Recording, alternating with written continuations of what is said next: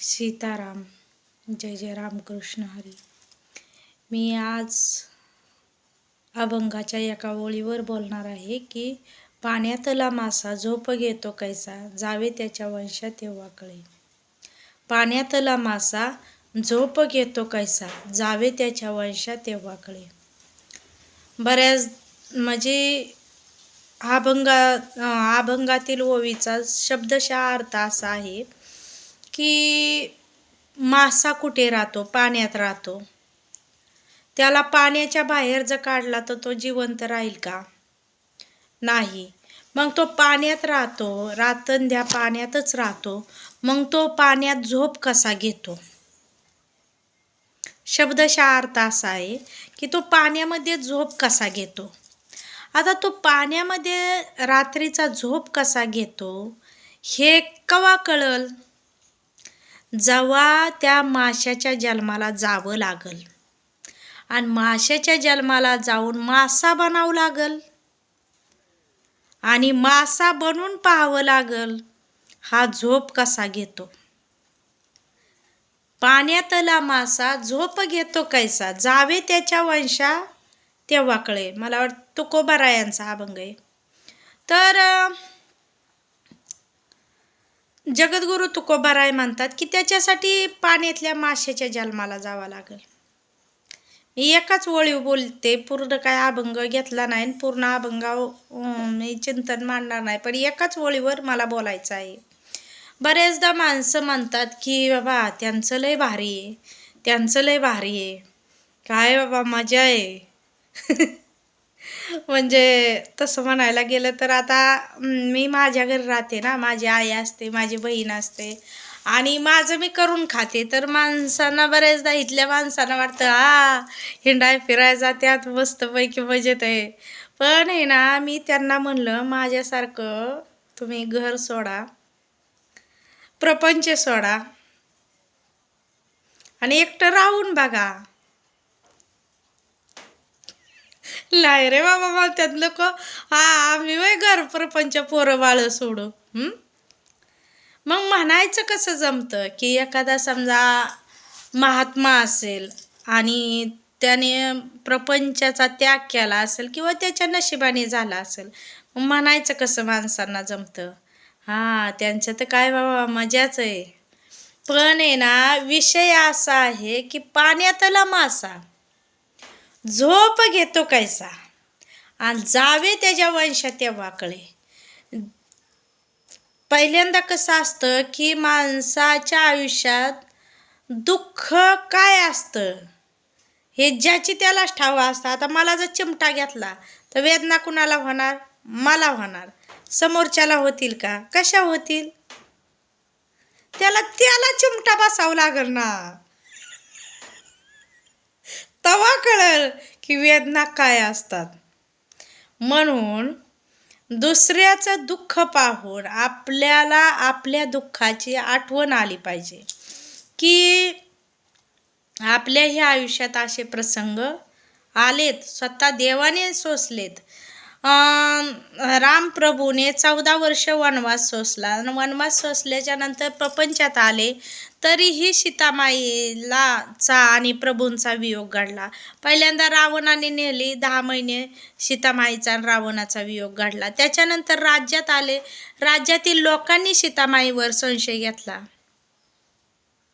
ह्या अरण्यात कशी राहिली ना, रावणाच्या संग गेली तेव्हा तिथे कुठे राहिली, कशी राहिली. आज विचार करा, लक्ष्मी देवी आहे सीता, जगाची मालकीण आहे. प्रभू रामजींच्या शिवाय कोणाचं चिंतन मनामध्ये केलं नाही. तिला माणसांनी सोडलं नाही, लक्ष्मी मातेला, सीता मातेला. आम्ही तर झाडाचा पाला पाचोळा आहे. जगाकडून काय अपेक्षा करणार? काय करणार? नाही, तुम्ही कितीही ओरडून सांगितलं जगाला नाही तुमची किंमत करणार. म्हणून आहे ना, तुम्ही तुमच्या तुमच्या कामाकडे लक्ष द्या, जगाकडे लक्ष देत बसू नका. जग हे असंच आहे, चांगलं कार्य ज्यावेळेस आपण करायला घेतो ना, त्यावेळेस विरोध कुणाला होतो, एखाद्याला नाही बी होत. पण विरोध होतो ना, तुम्ही मला सांगा, ज्यावेळेस माऊली ज्ञानोबारायांनी जग कल्याणाचं काम हाती घेतलं, त्यावेळेस त्यांना सुद्धा विरोध झाला. माऊली ज्ञानोबारायांनी ताटी का लावून घेतली? ताटी लावून घेण्याचं कारण काय? ज्यावेळेस ते भिक्षा मागायला गेले ना, आई वडील ने देहत्याग केला इंद्रायणी नदीमध्ये. इंद्रायणी ही 3 नद्यांचा संगम आहे. तो प्रयाग म्हणलं तरी चालेल. सरस्वती, गंगा आणि यमुना 3 नद्यांचा संगम ज्या नदीमध्ये होतो ती इंद्रायणी आहे. खरं तर ती प्रयागराज पण आहे. अशा इंद्रायणी नदीमध्ये विठ्ठलपंत आणि रुक्मिणी माता यांनी देहत्याग केला. आणि त्यानंतर माऊली ज्ञानोबाराय, निवृत्तीनाथ, स्वपना आणि मुक्ताबाई, तर हे तिघे भावंड भिक्षाटनाला जायचे. त्यावेळेच्या माऊली ज्ञानोबाराय हे ब्राह्मण समाजाचे. आणि त्यावेळेच्या विद्वान पंडित ब्राह्मणांनी काय केलं बघा, विद्वान पंडित होते ते बी, पण त्यांनी काय केलं, संन्याशाची मुलं म्हणून 10 दिवस कंप्लीट माझ्या माऊली ज्ञानोबारायांच्या जोहळीत माती आणि शेण कालवलं. कुणी जर पीठ दिलं असेल, धान्य दिलं असेल, भाकरी दिली असेल, तर त्या झोळीमध्ये माती आणि शेण कालवलं. 1 दिवस झालं, दुसरा दिवस झालं, 1 दिवस झोळीच फाडली, तिसऱ्या दिवशी मुलंच पाठवली, मुलांनी झोळी ओढून घेतली, मातीत भिक्षा मिसळली, मातीत भिक्षा मिसळली, पायाने तुडवली. आता कसे खाल? मरा, संन्याशाच्या कार्ट्यालो मरा, कशाला जगताय?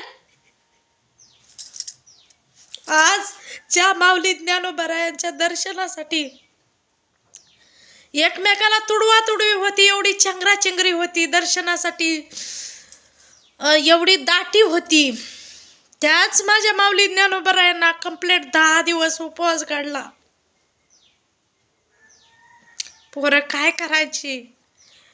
शेतात जायची, कुठं उंबरं पिकलेली असली आणायची, तीच फुकवून खायची. आजही मला उंबरं आवडतात, तीच फुकवून खायची.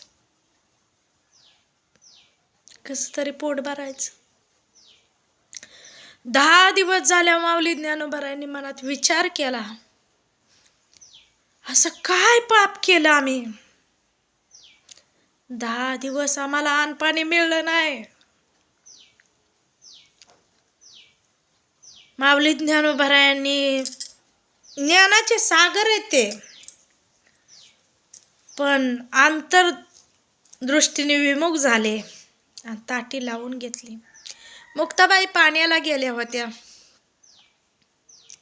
निवृत्ती, ज्ञानदादा काय सरपण काटूक आणायसाठी गेल्या असतील, काय कामाने बाहेर गेल्या असतील. निवृत्ती, स्वपना आल्या तर पाहतात पाण्याचा हंडा डोक्यावर आहे. माऊली ज्ञानोबारायांनी ताटी लावून घेतलेली आहे. विलाप करतायत माऊली ज्ञानोबाराय.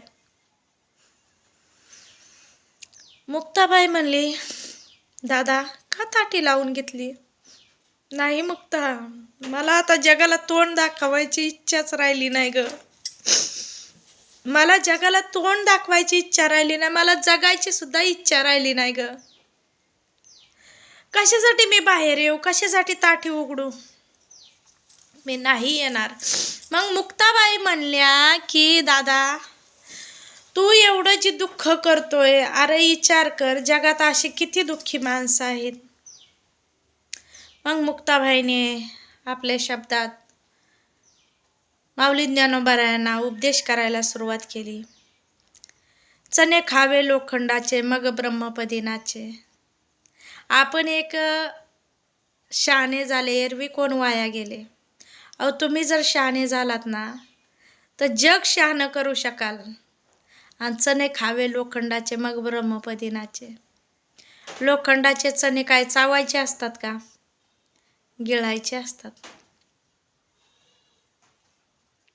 आणि असले चणे पचवायचे आणि जगाला सांगायचं आम्ही तेने सुखे म्हणा विठ्ठल विठ्ठल मुके. ही तुकोबारायांचं प्रमाण आहे. आम्ही तेने सुखे म्हणा विठ्ठल विठ्ठल मुके. पण मुक्ताबाईने उपदेश केला. माशी व्याली, घार झाली वगैरे वगैरे अभंगाची प्रमाणं दिली. आता आम्ही बरेच दिवस झालं, 2-3 वर्ष झालं अभंग वाचले नाहीत, त्यामुळं मला एवढं पटपट आठवत नाही. कारण माझ्याही आयुष्यात असे प्रसंग आलेत दुःखाचे. जाऊ द्या, असेल काय. पण माझा एक विषय होता की पाण्यातला मासा झोप घेतो कैसा, जावे त्याच्या वंशा तेव्हा कळे. पाण्यातल्या मासा झोप कसा घेतो हे त्याच्या वंशाला गेल्याशिवाय कळणार नाही, लक्षात घ्या. तर आहे ना, एखाद्याचं दुःख पाहून जर आपल्याला त्या दुःखाची जाणीव होत नसेल तर आपण माणूसच नाही ना. किंवा एखाद्याचं दुःख पाहून त्याचे आपण अनेक दुःख तयार त्याला करून देत असेल तर आपण माणूस नाही. आपल्याला माणूस म्हणण्याचे म्हणजे हीच नाही. माणूस म्हणण्याचे म्हणजे म्हणू शकत नाही आपल्याला मनुष्य. पाण्यातला मासा झोप घेतो कैसा, जावे त्याच्या वंशा तेव्हा कळे. मग मुक्ताबाईने उपदेश केल्यावर मुक्ताबाई म्हणली, देवा आपण येथे उपकारासाठी आले, घर ज्या वैकुंठी. आपण ह्या जगावर उपकार करण्यासाठी आलेलो आहे. आम्ही वैकुंठवासी आलो याची कारणासी, बोलिले जे ऋषी साच भावे वर्ताया, झाडू संतांचे मार्ग आडराणी भरले जग. आपण मुळात आलेलो आहे कशासाठी? जगाचं दुःख दूर करण्यासाठी आलेलो. ना आपणच जर रडत बसलो तर काय होईल? जगाचं दुःख कसं दूर होईल? हे मुक्ताबाईने माऊली ज्ञानोबारायांना सांगितलं. आणि मग माऊली ज्ञानोबारायांनी ताटी उघडली. एक दिवस माऊली ज्ञानोबारायांनी मनामध्ये मुक्ताबाईपाशी सांगितलं की मला मांडे खाऊ वाटतात. म्हणजे आजच्या भाषेत पुरणपोळी. तर आता त्यावेळेस मांडे भाजायला खापर लागत होतं. कुंभाराच्याकडे गेले की मला खापर मिळेल का? त्यावेळेच्या तिथल्या विरोधकांनी त्यांना खापर देऊ दिलं नाही. सांगितलं की ह्यांना खापर द्यायचं नाही. संन्याशाच्या कार्ट्यानं तुम्हाला मांड खायची इच्छा होती रे. मुक्ताबाई गेली घरी, उदास अंतकरणाने गेली आणि सांगितलं, दादा खापर नाही मिळलं. काही हरकत नाही मुक्ता, नाराज का झालीस? मी आहे ना तुझा दादा. तू एक काम कर, मांड्याची तयारी कर. तिने डाळ शिजवली, गव्हाचं पीठ तयार केलं, गूळ वगैरे घालून. आता त्यावेळेस गूळ असेल का नसेल, पण असेल मला वाटतंय. ते मिक्स करून घेतलं आणि माऊली ज्ञानोबारायांना म्हणले, आता मांडे कसं भाजायचं देवा? ज्ञानोबाराय असे पालथे पडले आणि पाटान तापवली. ती जी विरोधक होते ना, ते असे खिडकीतनं बघत होती कशी मांड भाजतात आणि खात्यात. पाटण तापवल्यावर ती पोळी लाटली. हातावर थापत होते पहिले मांडे, आता लाटतात. आणि ती पातळ थापून माऊली ज्ञानोबारायांच्या पाटणीवर टाकली. अक्षरशः ती पोळी भाजून आली. मांड्याची जी पोळी असते ना त्याला तेल नसतं. आपण पुरणपोळी बनवतो त्याला तेल असतं. आणि मग आश्चर्यचकित झाली, ही पोरं सामान्य नाहीत. तसं साधू कळणं फारच कठीण आहे. साधूच्या मनात संकल्प विकल्प आपल्या मनात येतात, परंतु साधूचं जिणं हे पाण्यातल्या माशासारखं असतं. लक्षात घ्या. आता मी बागेश्वर धामला जाते ना, तर बागेश्वर धामच्या महाराजांबद्दल कुणाला किती माहिती आहे मला माहिती नाही, पण मी प्रत्यक्षात ज्यावेळेस मी जाते ना त्यावेळेस पाहते महाराज रात्री 7ला जे दरबार लावायला बसतात त्यानंतर काय जेवण करायला उठत असतील 1 तासभर. आता तुम्हाला बी सुट्टी दिली पाहिजे ना तासभर जेवायला दरबार लावल्यावर. मग जेवण करायला तासभर लय तर उठते ती. त्यानंतर जी बसते ती रातचे 12, 1, 2, पहाटे 3 वाजस्तोर बसतात. लक्षात घ्या. आणि तुम्ही मला सांगा पहाटे 3च्या नंतर खरंच झोप घेतील का हो? पहाटे 3ला येतात राम दरबारमध्ये ते राहतात ना, मग तिथं येतात, आंघोळ पांघोळ करतात आणि पूजा पाठ करून परत सकाळ आहेच भक्तांची दाटी गर्दी. सांगा झोप कधी घेतील? ते त्यांच्या व्हिडिओमध्ये एकदा सांगत होते की मी आंघोळीला गेलो आणि तिथंच माझी झोप लागली. झोपत नाहीत महात्मा.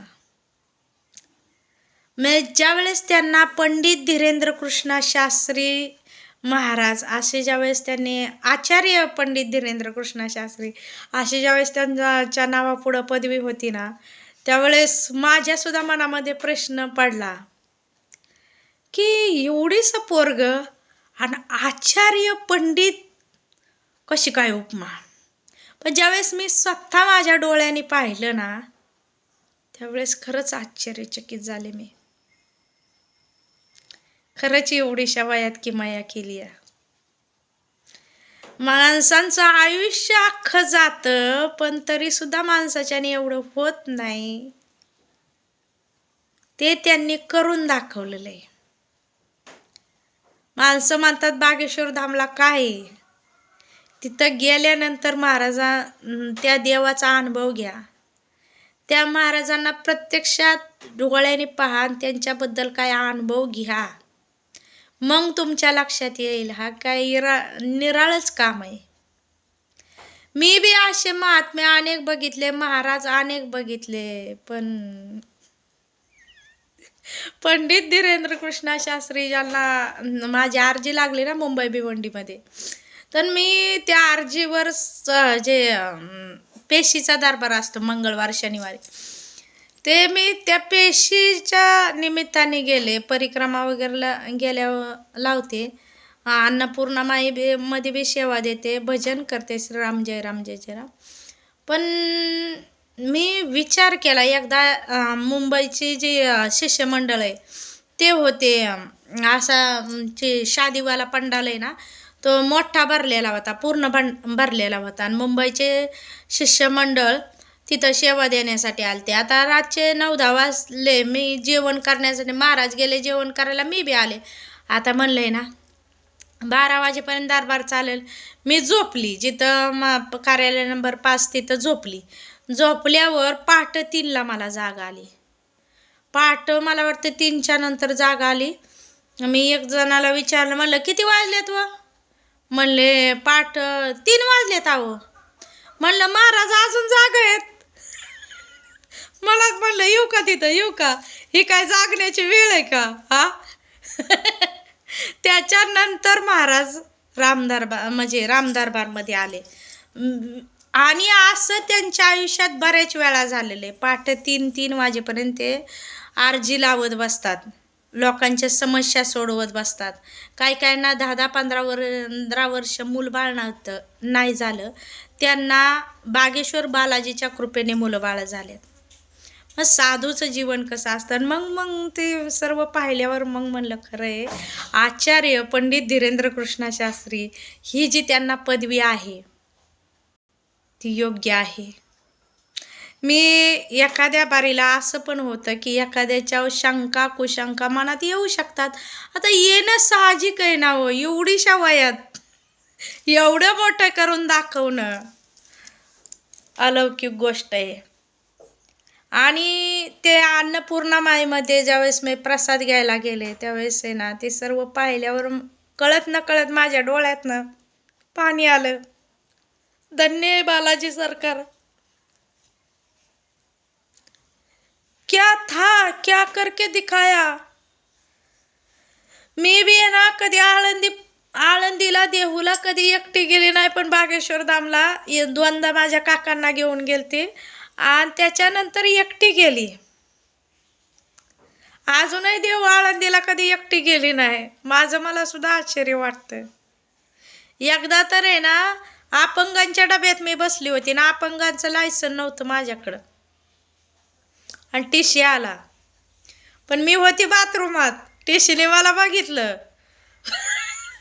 मी टीसीला बघितलं आणि बाथरूमचा दरवाजा आतला लावून घेतला आणि ती नळ चालू करून बाथरूम धुवत बसली का तर टीसी जावा. आणि मग आहे ना, ट्रेन चालू झाल्यावर टीसी गेला का बघितलं आणि मग बाहेर आले. एवढं बालाजी महाराजांची कृपा आहे. तुम्ही मला सांगा, टीसीने मला मध्ये आधी उतरवलं असतं तर मी काय केलं असतं. ही बागेश्वर बालाजीची कृपा आहे.